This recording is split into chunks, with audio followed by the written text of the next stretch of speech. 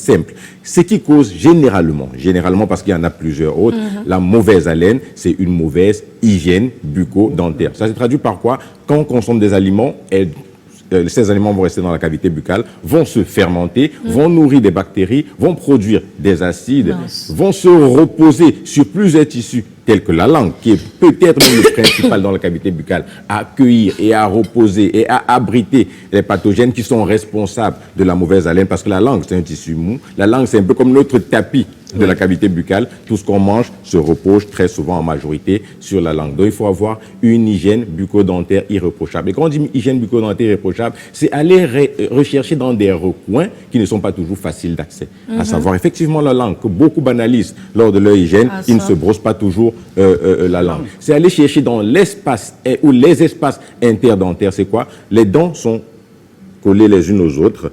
L'espace interdentaire, c'est effectivement, comme le mot l'indique, cet espace-là qui se trouve entre deux dents, qui parfois n'est pas lessivé par la brosse à dents et a besoin d'un additif qu'on appelle le fil dentaire. Parfait. Donc, parfois, utiliser en complément le fil dentaire pour déloger les aliments coincés dans l'espace interdentaire, utiliser un brosse-langue, utiliser après ça peut-être des additifs. Joe, il veut tout faire pour vous amener ailleurs, mais je suis sûr que les téléspectateurs sont assez concentrés. Maintenant, une fois qu'on aurait cité toutes ces causes d'hygiène bucco-dentaire, allons-y maintenant un peu plus loin. Le tabagisme. Parce que, comme Joe disait tout à l'heure, est-ce que si je consomme X ou Y? Oui, le tabac n'a pas une bonne odeur. Donc, si vous consommez du tabac, vous aurez une haleine forte, contaminée par la nicotine forcément produite par le tabac. Il y a effectivement la mauvaise haleine causée par l'alcool. Par l'alcool, il y a plusieurs alcools avec plusieurs parfums. Ça vous dégage tout ce qui ressort de la cavité buccale. La mauvaise haleine, effectivement, peut aussi être causée par l'alimentation. On a des produits en cuisine un peu forts.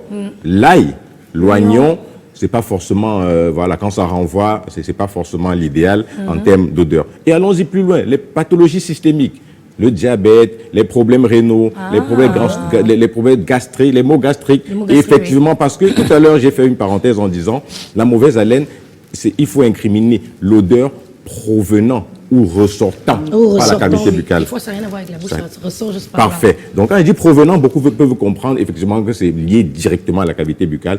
Ou ressortant, ça veut dire, ça peut juste trouver la cavité buccale comme voie de sortie. Et effectivement, notre cavité buccale est comme une entrée et une sortie en même temps de notre organisme. Donc, si on a un souci gastro, si on a un souci de rein, si on a un souci de foie, parfois le simple RO fait remonter les gaz depuis le bas pour ressortir. Maintenant, s'il faut aussi